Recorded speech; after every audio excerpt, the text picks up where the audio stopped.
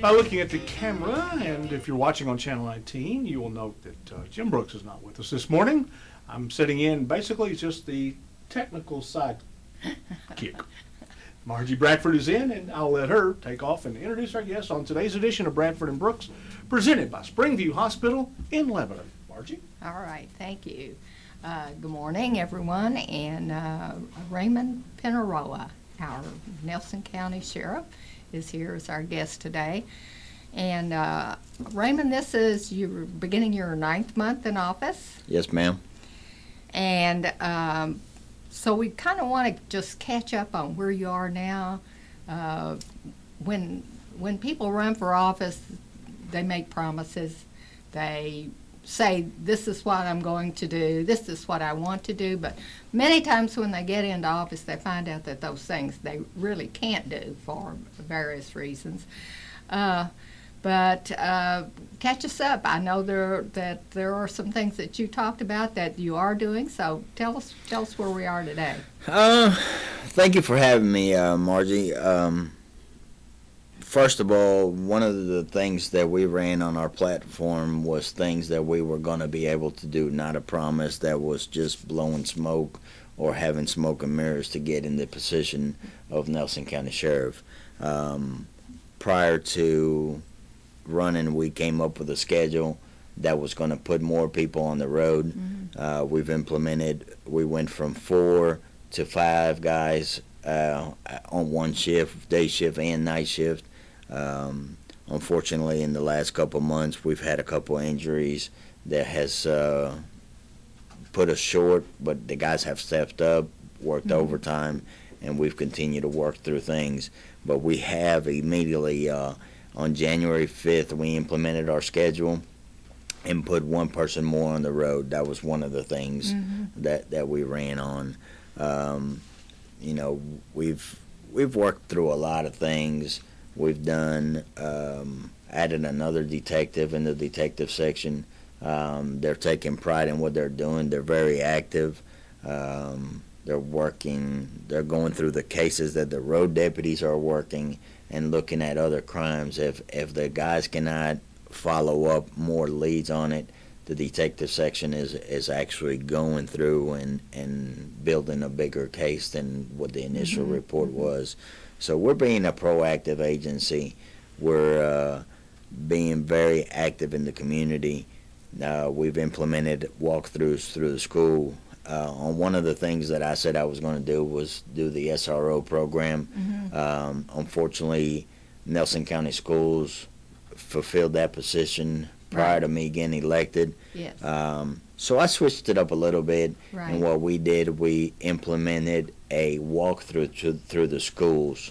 That was not on it, but I feel very confident of what the guys are doing, walking through most of the schools in the county, which we have 24 schools, to include the private schools. So what does that mean exactly? Right? So basically on their Friday, and even guys take the initiative, again, being proactive on doing things. If they're having downtime, they'll stop by a school and walk in and just be seen, be visible in the school systems.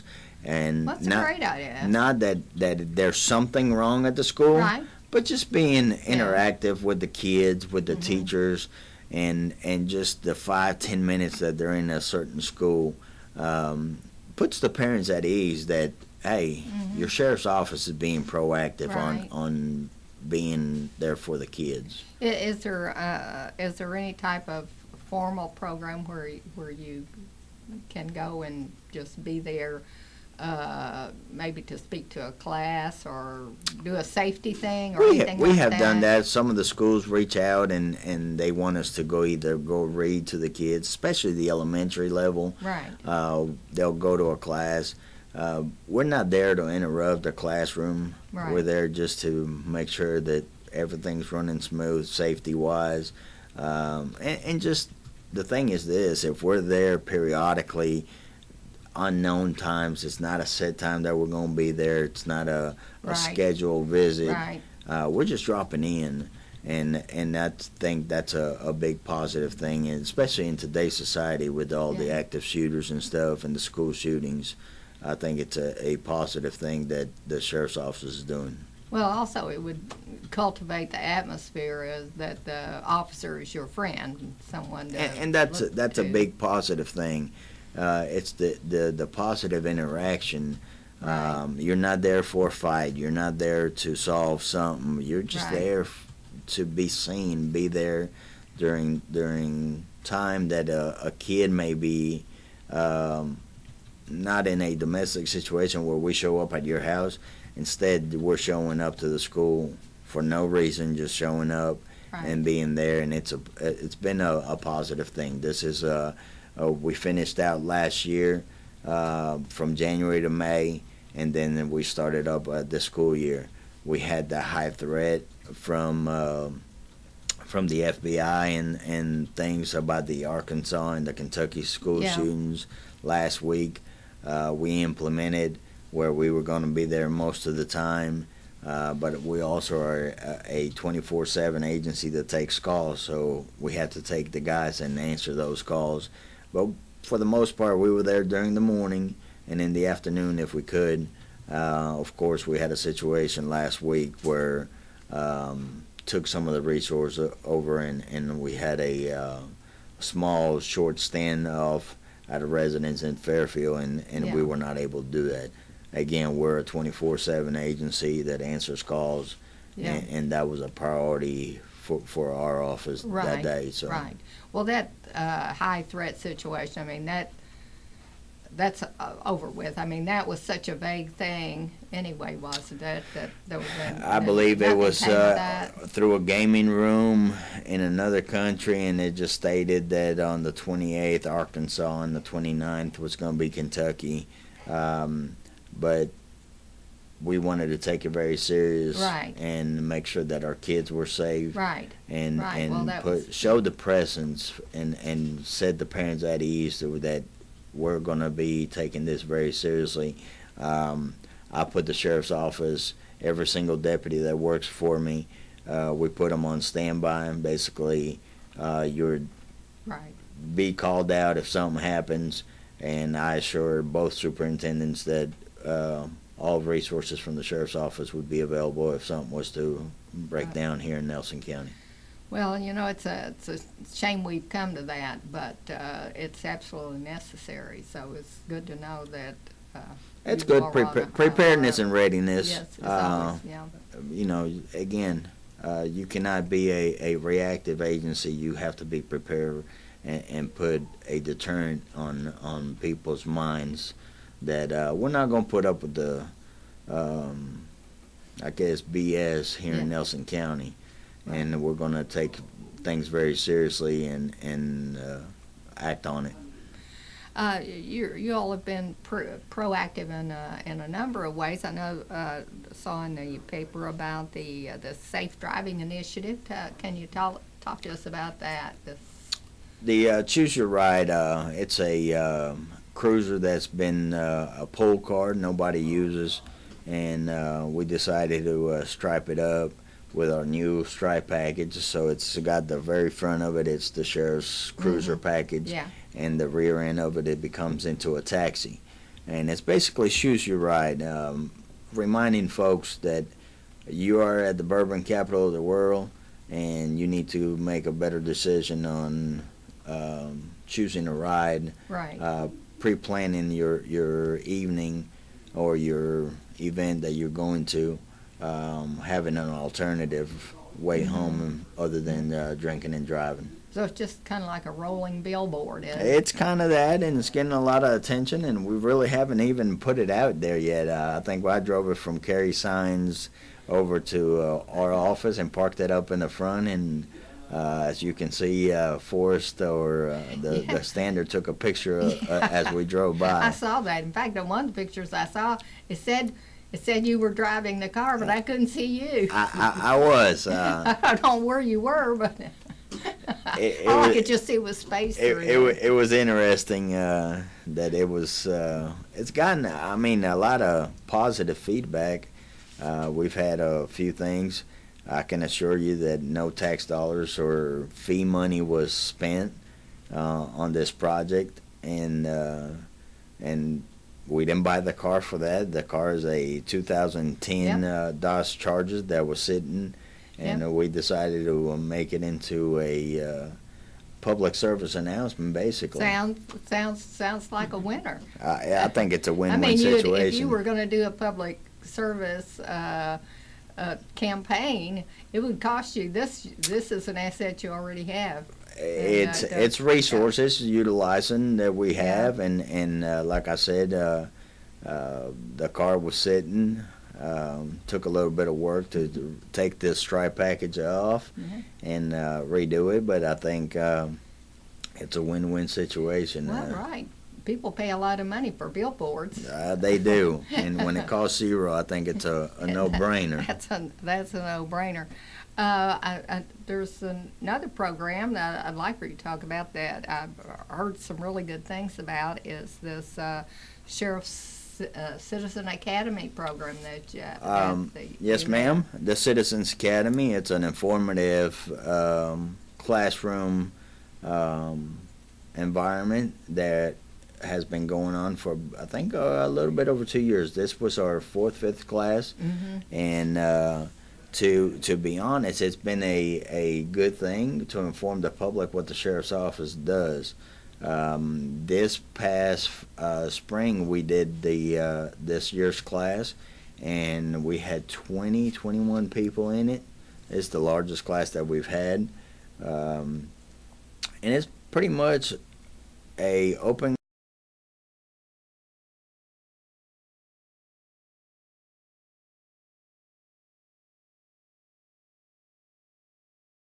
class to the public that anybody can sign up and see what we do at the office. The detective section, all the way to even the chaplains come in and do their part.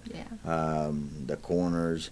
We go from death investigation scenes to just you name it, different aspects of it. How long does it last? I believe it's about 8-9 weeks long.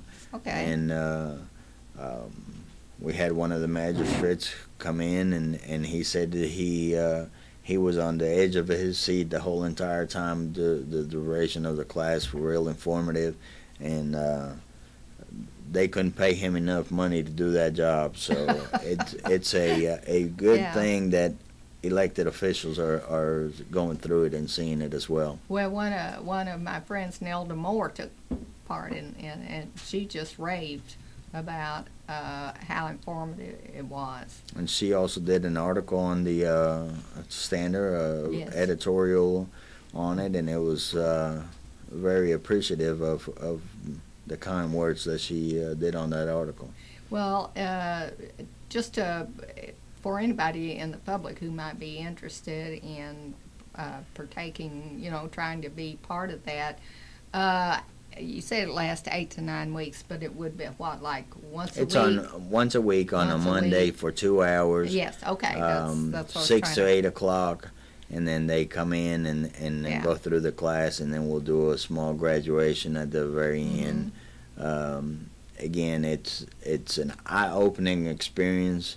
If you want to know what your sheriff's office is doing, what we go through, come on out, check us out. You can come on and get an application at the sheriff's office. We'll start setting up. So there's for not next year. any qualifications you have to go to the class?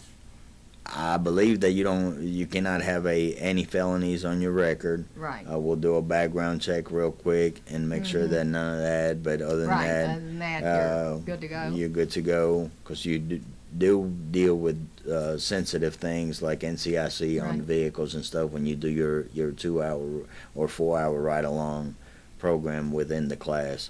So it's very informative, eye opening of what law enforcement does here in the county. That's good. Take a break. Did you have some questions? Yeah, you ready for a break? All right, that'd be fine. And since we recorded that, we're on 94.9 for our friends down in Lebanon, Marion County. Bradford and Brooks. Margie Bradford in. I'm kind of sitting over here for Jim Brooks this morning. And welcome back, everybody. Sheriff Raymond Pineiroa. Raymond, since you've been in office, of course I know you were already a deputy, sheriff's deputy, so it wasn't, the office wasn't you didn't have to, your learning curve was a lot shorter than it might be for somebody who hadn't already worked there. But have there been any surprises for you since taking office?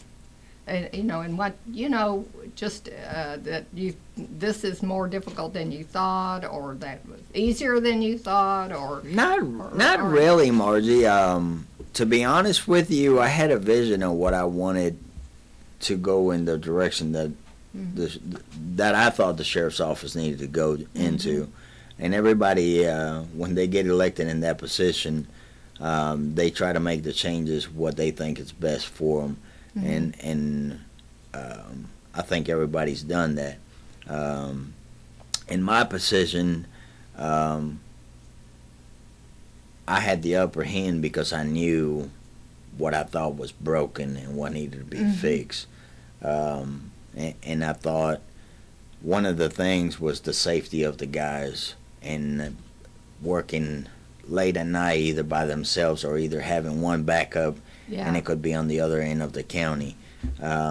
With this, sometimes they have, instead of the one, they have two. So it implements more manpower and more. Now, do they still have that where it might be one in some specific nights? Yes. But at the end of the day, I think we're moving forward in the right direction. Morale's up, very high. I've never seen guys work so hard like they have in the past 8-9 months, and it's I guess overwhelming to see the turnaround that the guys have done. Really, we've lost 2 guys in a short period of time to retirements. We lost our lead detective in our high-profile case, John Snow. He retired last month. And then Jerry Harden, he was our ticket giver. I mean, wrote a ticket, and we lost that. So with that being said, I think the biggest part was creating a hiring process and going through it, and the lengthiness that we've gone through. It's probably the highest task that we've done. Have you been able to replace those people, or are you still in the process? Or what? We are fully staffed, and we just had one resign from our office, and we're looking to replace that position. And then, to be honest with you, the process that we created, we had Dale, which was our third person, retire at the same time. For her position, we had over 100 people interested in that position. Wow. We had 80-some applications, and we interviewed over 20 people for one position. So we've created a... So you're able to pick and choose. And to be honest with you, it's been high-quality people that have applied for these positions. So we've been lucky. Law enforcement has been on a downfall where guys retire and nobody wants to do the job. I've been lucky that in the 9 months that we've replaced 2 guys with 2 great guys from other agencies, and it's working out for us. Well, have you all benefited from the phenomenon of so many of the civil servants who are retiring because of their uncertainty about the public pension? So, but they're not ready to quit work, so they have to work. We have not hit that stage yet because we still want to have people that are coming back to work. And now, I'm afraid that with the new House bill that just passed with the quasi agencies, that's going to affect the Commonwealth, not just us. But you're going to have quasi-agencies that are going to have to pay now 80-some% of their retirement, and they can't afford that. So they're having to either close doors And those people, what are they going to go? So the guys that are retiring can be replaced with some of those civil servants that Right. are quasi agencies. Yes. But you're closing a lot of doors on dispatch centers, law enforcement from universities to just anything, and you're replacing law enforcement with security companies to come in to deal hands-on stuff, and it's not going to work. Well, talk to me a little bit more about that. I mean, So, for example, let's say a quasi agency has to pay the 80%, 80 Yeah. plus. They can't afford that, so they close the doors. okay. Let's say my agency has 20 people, so those people are no longer in law enforcement. They have to go find jobs. Yeah. The people that have left the retirement or left the law enforcement agency because the retirement, they're going to be replaced with those guys. So we're okay for the time being. Yeah. But this stepping stone of these quasi agencies Yeah. are going to be the stepping stone for us, because the retirement fund is not funded correctly. So they're trying to figure out Yeah. ways, and instead of bringing money in, they're trying to get county governments, city governments to pay in more to fund those retirements. So it's not. It's always going to be a drain that is going to continue to drain, but people are not going to be able to keep up by paying more and more, and that thus for your taxes are going to go up. Yep. So your insurance policies of having a law enforcement agency is no longer going to be there. They're being replaced by security companies to come in at small universities that are going to be. They're going to have to call the police. So guess what they're going to have to do? They're going to have to call state police or the county sheriff's office in whatever county that university's in. Now the obligations don't go away. No, and security companies can arrest. So somebody's going to have to come, and if there's a fight or a disorderly or a theft, that security company is just there to keep the peace until somebody with arrest powers, law enforcement agency, can come in and do those jobs. It's something I think most people hadn't thought about, because those impacted quasi-government things are the universities. Right, They and do and, have- and smaller entities, and to be honest with you, our dispatch center is a quasi agency, but it's not benefit. It hasn't hit them yet, Yeah. and I expect in the next few years that it will.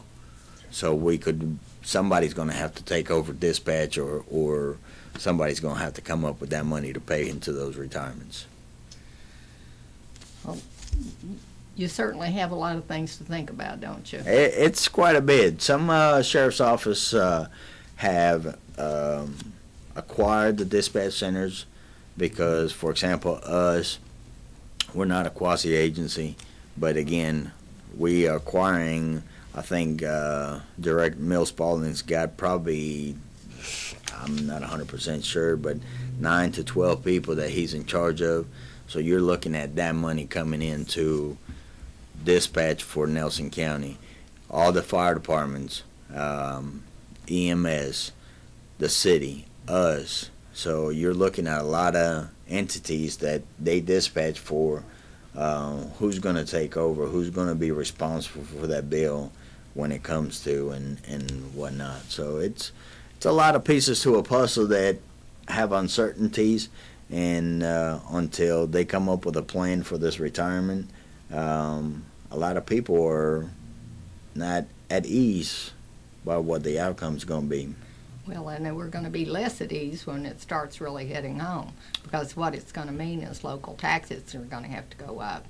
And a lot of people don't like for their taxes to go up. We pay enough or a high dollar of taxes now, and when you're taking away your security blanket of, what if my house burns down? We can't pay those fire departments. We can't pay the law enforcement. We can't pay EMS. Then you're going to be like, what's going on? What are we going to do? How do we solve this? And that's the uncertainty of the retirement, the pension system. So do you think that you're going to see this right away, or you think this is something that's going to happen over the next few years? To be honest with you, I think this first House Bill 1 is a test run to see what they can do.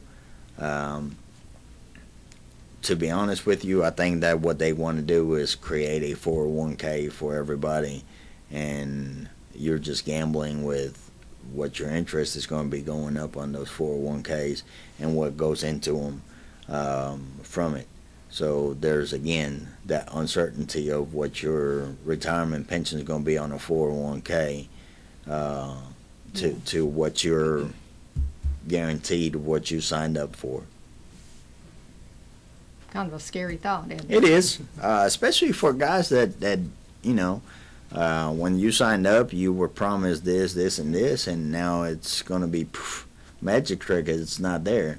But I think, you know, the pension and drain, it's not just a regular sink. It's going to be a bigger manhole that is sucking all the money out.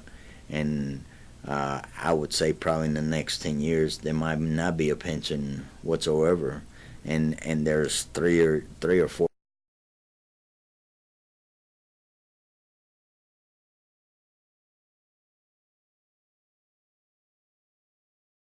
retirement systems. You know, legislatures are the best funded pension. How come we don't do across the board and do how they're doing theirs? So, you know, things that make you go. Sounds like a whole nother program. Oh, doesn't it? yeah. And it is, spans, as Sheriff pointed out, a variety of, because there are more than one pension plans that are Right. in peril or in danger. Well, not to change the subject, but I am going to change the subject and talk about there's this new podcast that's come out. I know I just have gotten a blurb on it in the form of a gift to me to talk about this podcast, which is on the unsolved murders that we've had here in Nelson County. And from what I've heard from people who have seen it, I have not, so I can't speak about what's in it. But I have heard that that they seem to sort of link all of these unrelated murders together in some way. And what's your opinion about how I don't know if you've seen it. I know you were probably interviewed because I read that in the paper. So do you have any opinions on that, about what that's all about? And if I was interviewed a couple weeks ago, prior to me saying that I was not going to do any interviews regarding the case or anything. I think on our behalf, the case, the more you put out there, the more that creates a rumor mill or this or theories. To be honest with you, I think the podcast, it's a good reminder. It's a good thing to have out there, especially for the families that don't have closure. right, The thing with this is that what you're listening to is interviews that have been probably recorded for nearly 6 years to present. And somebody is producing, somebody's putting it together, how they want things to be portrayed, or their theme or their theory. Some of the things that I like on this podcast thing is the three new, I believe it's 3 new billboards on I-65. I think it's a constant reminder. It's got names from here locally, and those are highly traveled roads that people travel. so they're trying to, what's the purpose of the billboards? Well, To try to get, I think my biggest thing is if you travel that road and you know some and you haven't said nothing, either on Jason's case, which is 6 years, or Crystal's case, which is 4 years, and Tommy's going on 3. Those cases in the Netherlands, let's not forget about them. right, if you travel that road and you know something and you haven't said nothing, maybe your conscience will start clicking and saying, I'm gonna have to say something. Yeah. The city. So it keeps it in the forefront. It keeps it in the forefront. It keeps it in the news. We can't forget that these crimes have been committed and are still unsolved.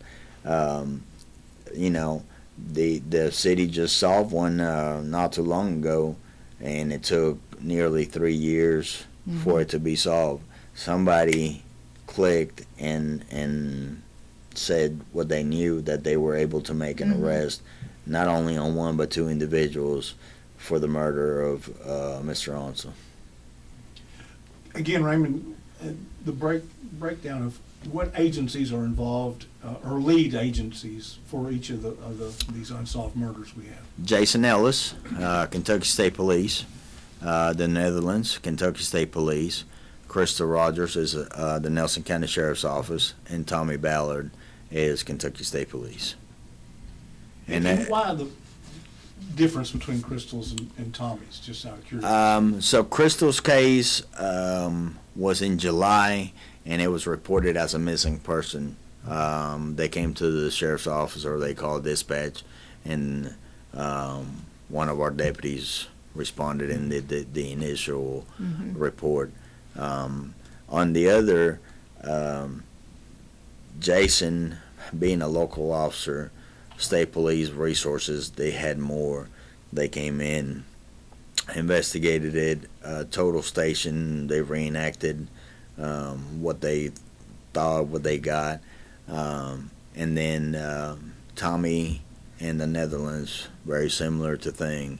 The Netherlands, the family showed up to the house, and then they called, if I'm not mistaken, they called Nelson County and Post 4. Both responded. The magnitude of those crimes, the sheriff's office really did not have the resources to handle something like that. We're moving forward and moving in a direction that a lot of sheriff's office, to be honest, across the Commonwealth cannot handle major things and things like that. We're lucky here in Nelson County that we're a 24/7 sheriff's office that pretty much we take care of the majority of the crimes and things that we can, but we also know our limits, and we would request help from either state police or another agency outside. So. And you recently, as you mentioned earlier, we now have a new lead detective for the agency, which means that's the lead detective for the Crystal Rogers case. That's correct. Since John Snow retired, we took the time and went through, talked it over, and we've been keeping Sherry informed of things that we're doing. And she's probably one of the only ones that we're keeping informed. And I think to benefit the outcome of the case, what we're doing, it's just between our law enforcement and her. The more we put out, the more that people are going to talk, the more themes, the more theories, the more rumors are going to be created, and we don't want that. We wanted stay focused, go through the case, do what we have to do, and hopefully at the end of the day we'll have the outcome that everybody is waiting for. It's more like a marathon than anything else. It is. You got to last to the end. I told Sherry 4 years ago, this might not be overnight. It may take a year or two. I never thought we'd be on our 4th year and continuing on, but we're here for the long haul. We're moving in the right direction. We've got a lot of things going on, and it's positive. Well, Raymond, this is the first office you've run for, Yes, ma'am. and you've really just jumped right in with both feet here. And I have to say, as a political observer, and you ran a very good campaign, a very good positive campaign, and a very authoritative campaign. This is the political season, so do you have any advice for people who are contemplating running for office? Don't run for sheriff. I'm got a few I'm years. just saying that there are things you learn when you're running for office that you didn't know before, because that's what happens. Well, Margie, thank you for the compliment. To be honest with you, my biggest advice is worry about what you can do for the office that you're running.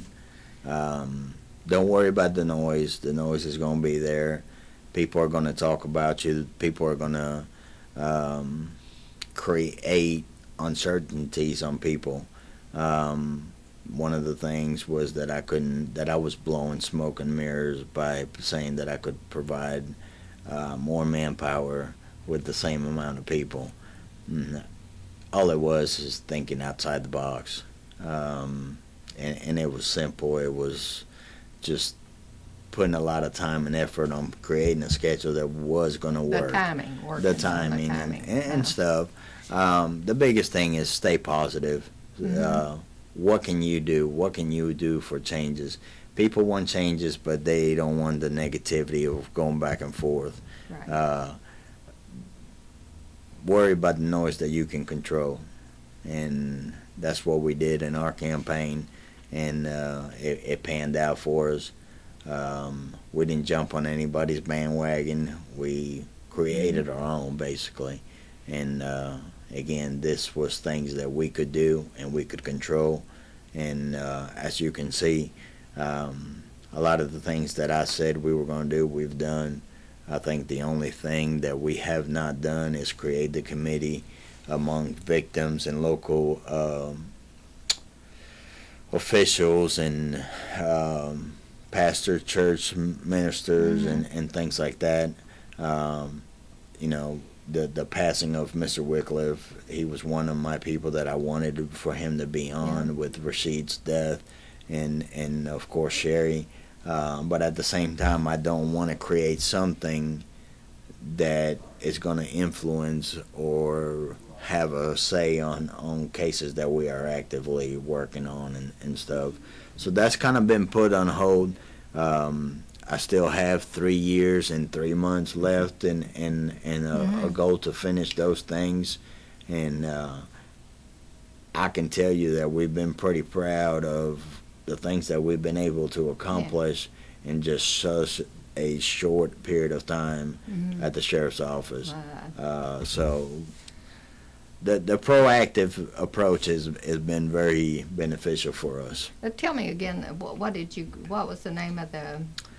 Can't think about it right now. Okay. But I'll send you a message. It was like a committee, collaboration of basically things that could have been done wrong in their case. Yes, I think. And things that we could fix so we won't make that mistake again. Kind of a review. Kind of like an after-action review type deal. So just so we don't make those mistakes again, you know, we have a thing. We have to be able to fix what's broken. If not, it's going to continue to be broken, and people are going to stay on that track. Right.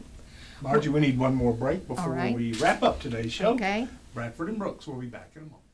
The final segment of Bradford and Brooks, Margie Bradford in control today. I like being in control, so that's okay. Raymond, the Sheriff's Department is supposed to help keep us safe, and but the public has a responsibility too. What can the ordinary citizen do that would help you and of course our local police department to keep us safe? What are some common sense or you know, things that you can think of that the public can do to help keep them and everyone else safe? Margie, this is a team effort. You can't just expect the sheriff's office to do it all. We depend on the citizens, on the public, to be our eyes and ears of things. Call us. We're going to do the work. We're going to put the time. We're going to put the effort, and know that we're here to serve you. You're the taxpayers of Nelson County, and we're here, but we can't do it alone. We've done a couple initiatives, the camera initiative, where if some crime or something happened, we could touch up on that, go to a certain area. Now, tell me that again. You say the Camry. Well, that can't be done without the citizens. If you own a business, if you guys have the camera outside that points to South Third. Yeah. Those things can be crucial to an investigation if it leads somebody going on South Third, and we know, hey, WBRT has a camera out front, and let's go see if we can get video. So, in other words, if a private owner has a private camera on their property, it could help you in.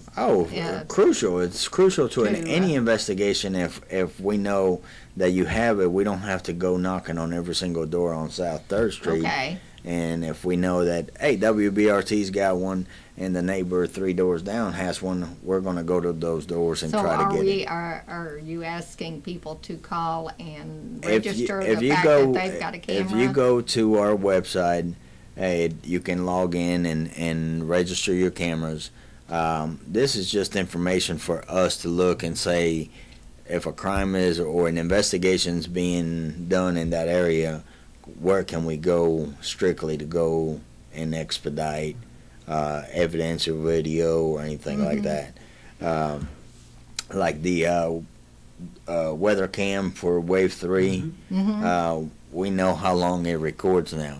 That's crucial for us. We can call Wave 3 and get a preservation on that video for that time frame instead of, making phone calls and doing this and that. Now we're ahead of the game. We got knowledge and we got things that can help us. But the biggest thing is the public. If the public don't get involved, we're just going to be dealing with cola calls and things like that. Prime example, last week in Fairfield, a citizen was the one that called in. We surrounded the house. We ended up with 5 individuals being arrested. We recovered a stolen pickup truck out of Tennessee. Several items recovered all the way from Missouri. So our guys are working, and it led from a citizen calling in and those things. We've also solved a theft of another pickup truck in the Chaplin area. Those things were all done because a citizen called in and did that. How many people have you had to register their cameras? I believe we got about 80 or 90, somewhere around that. Yeah. Great. You were going to say something. 1 minute. All right. We are down to the last 20 seconds now. Ramon, you said there was something you wanted to flesh out about something you had said earlier. Well, just the initiatives that we've done, these things can be done just by us. The public needs to join us. But, the biggest thing is I want to thank my staff. They've made me look real good, and they've done a heck of a job in the last beginning of 9 months. And I'm very proud of the men and women that work at the Nelson County Sheriff's Office, and proud to be their boss. Wonderful. Thank you so much for coming on and thank you being for having me. Guest. And we appreciate it. That is Bradford and Brooks today, a presentation of Springview Hospital in Lebanon. Guess what? It's 12 noon. That means it's time for news.